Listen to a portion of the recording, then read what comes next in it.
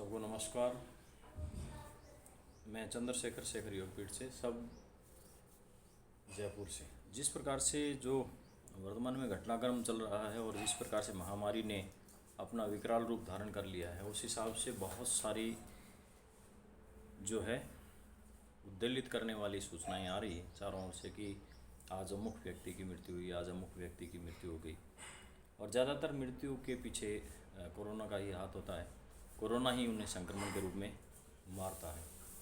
तो मेरा सब लोगों से अनुरोध है, जो भी इस वीडियो को सुन रहे हैं, वो कि अब ज़्यादातर जो जितनी भी मृत्यु हो रही है, मृत्यु के कारणों में से सबसे बड़ा कारण जो आ रहा है, हमारा स्टेप उठाने में थोड़ी सी लेट कर देना। कि बीमारी होने के बाद में जो हम सोच विचार करने में और उस पर मेडिसिन करके अपने आप एक्सपेरिमेंट लेने लगते हैं, और एक्सपेरिमेंट करते ही उसमें देर हो जाती है, और ऐसी स्थिति में पेशेंट की ऐसी स्थिति नहीं रहती कि वो उसको झेल पाए। वर्तमान में जो हैप्पी हाइपोक्सिया जो चल रहा है, उसमें पेशेंट की तबीयत दिखती भी नहीं है। हल्का फुल्का उसको जुकाम, बुखार, खांसी, दस्त, वॉमिटिंग, इस प्रकार से कुछ सिम्टम्स जो हैं होते हैं या नहीं होते हैं, या नाम मात्र के होते हैं, या थोड़ा बहुत बुखार आता है, या पेशेंट यूँ महसूस ही नहीं करता कि उसे किसी भी प्रकार की बीमारी हुई है, लेकिन वास्तव में वो चपेट में आ जाता है। और चपेट में आने के बाद में वो कम से कम 3 दिन तक अपने जो ट्रीटमेंट है वो घर पे या अपने आप ही ठीक हो जाएगा ऐसी बातें करता रहता है, या काढ़ा आदि लेते रहते हैं।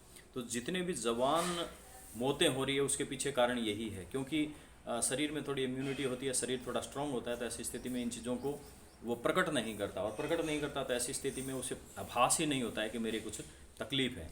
और फिर अचानक देखता है कि ऑक्सीजन लेवल बहुत ज़्यादा गिर गया, और ऑक्सीजन लेवल गिरने के कारण उसके लिए कोई बचना मुश्किल हो जाता है। जब वो ऑक्सीजन लेवल चेक करता है, तो ज़्यादातर हम ऐसे लोग जो होते हैं वो गाँव में होते हैं, दूर दराज के क्षेत्रों में होते हैं, तो आसपास उनके हॉस्पिटल आदि की या आईसीयू की या वेंटिलेटर की व्यवस्थाएं नहीं होती, और फिर वहाँ से जब निकल कर के तब तक वो बड़े हॉस्पिटलों में या बड़ी जगहों पर जा कर के पहुँचने का प्रयास करते हैं। इस दरमियान बहुत देर हो चुकी है। तो मैं अभी इन दिनों बहुत सारे हादसे जो है सुन रहा हूँ, जिनमें सारी की सारी डेथ जो हो रही है वो ज़्यादातर जवान लोग हैं। जवान भी वो जिन्हें सब कुछ पता है, जो सब जानकारी रखते हैं, जिनको हर चीज़ के बारे में अनुभव होता है, वो अपना ट्रीटमेंट भी कर रहे होते हैं, कल तक वो खुश भी होते हैं, लेकिन आज देखते हैं तो उनकी मृत्यु का समाचार हमें मिलता है। तो मेरा सभी लोगों से अनुरोध है, जो भी मेरे वीडियो को देख रहे हैं, उन सब से अनुरोध है कि चाहे अपने पति को, किसी को अपने भाई को, किसी को अपने बहन को, किसी को अपनी पत्नी को, किसी को अपने माता पिता को या बच्चों को, किसी को भी बचाना है, तो इसमें लापरवाही ना करें कि वो उसके ज़्यादा बीमार होने की, या अभी तो ठीक है, ये ठीक हो जाएगा, इस प्रकार की देरी ना करें। क्योंकि देरी हम लोग घर पे कर देते हैं, तो ऐसी स्थिति में फेफड़े ज़्यादा ख़राब हो जाते हैं। फेफड़े ज़्यादा ख़राब हो जाते हैं तो पेशेंट का ट्रीटमेंट किसी भी सूरत में हो नहीं पाता है।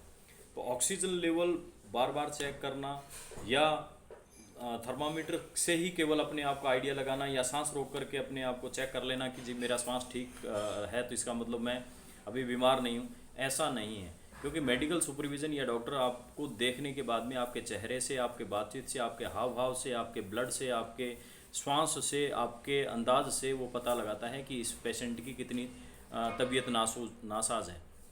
तो अभी बहुत सारे हादसे इन दिनों में मैं सुन रहा हूँ, काफ़ी हर दिन की 2 4 5 ऐसी सूचनाएं मिल रही है जो एकदम जवान हो। एक तो मेरे बिल्कुल करीबी जो लोग मुझसे 2 घंटे पहले बात कर रहे थे, उन लोगों की मृत्यु का समाचार बाद में मुझे प्राप्त हुआ। तो ऐसे समाचारों से बड़ा मन उद्वेलित हो रहा है। तो हमें ऐसी देर नहीं करनी चाहिए। हम खास करके ज़्यादातर हम लोग घर वाले ही उन चीज़ों की लापरवाही के लिए जिम्मेदार हैं, उसको मारने के लिए जिम्मेदार हैं। क्योंकि हम कदम ज़रूर उठाते हैं, लेकिन थोड़ा सा कदम 2 दिन लेट हो गया, 3 दिन लेट हो गया, तो ऐसी स्थिति में किसी भी व्यक्ति का बचना या उसका क्योर होना बड़ा मुश्किल हो जाता है। इसलिए अपने समय पर तुरंत कदम उठाएं, क्योंकि ये ऐसा चीज़ है जिसमें आपके एक लापरवाही, थोड़ा सा ये 1 दिन का 2 दिन का डिले करते ही आप पेशेंट से हाथ धो बैठते हैं। तो वर्तमान में जो डेथ रेट चल रहा है वो सारा ही इसी प्रकार का है, जिसमें लोग जो है वो थोड़ा सा ही लेट करते हैं, 1 दिन, 2 दिन, 3 दिन, फिर बाद में आईसीयू में चला जाता है। आईसीयू के बाद में वेंटिलेटर, ऑक्सीजन, ये डॉक्टरों के सुपरविजन में चला जाता है, और वहाँ पर उसकी तबीयत ज़्यादा गड़बड़ाई हुई होती है, तो उसको क्योर करना डॉक्टरों के बस की भी बात नहीं रहती है।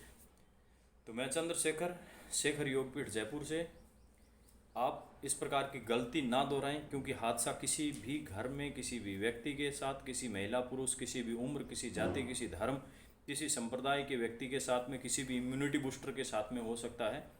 अपने आप को बचाएं, अपने परिवार को बचाएं, अपने घर को बचाएं। जय श्री राम, जय भारत।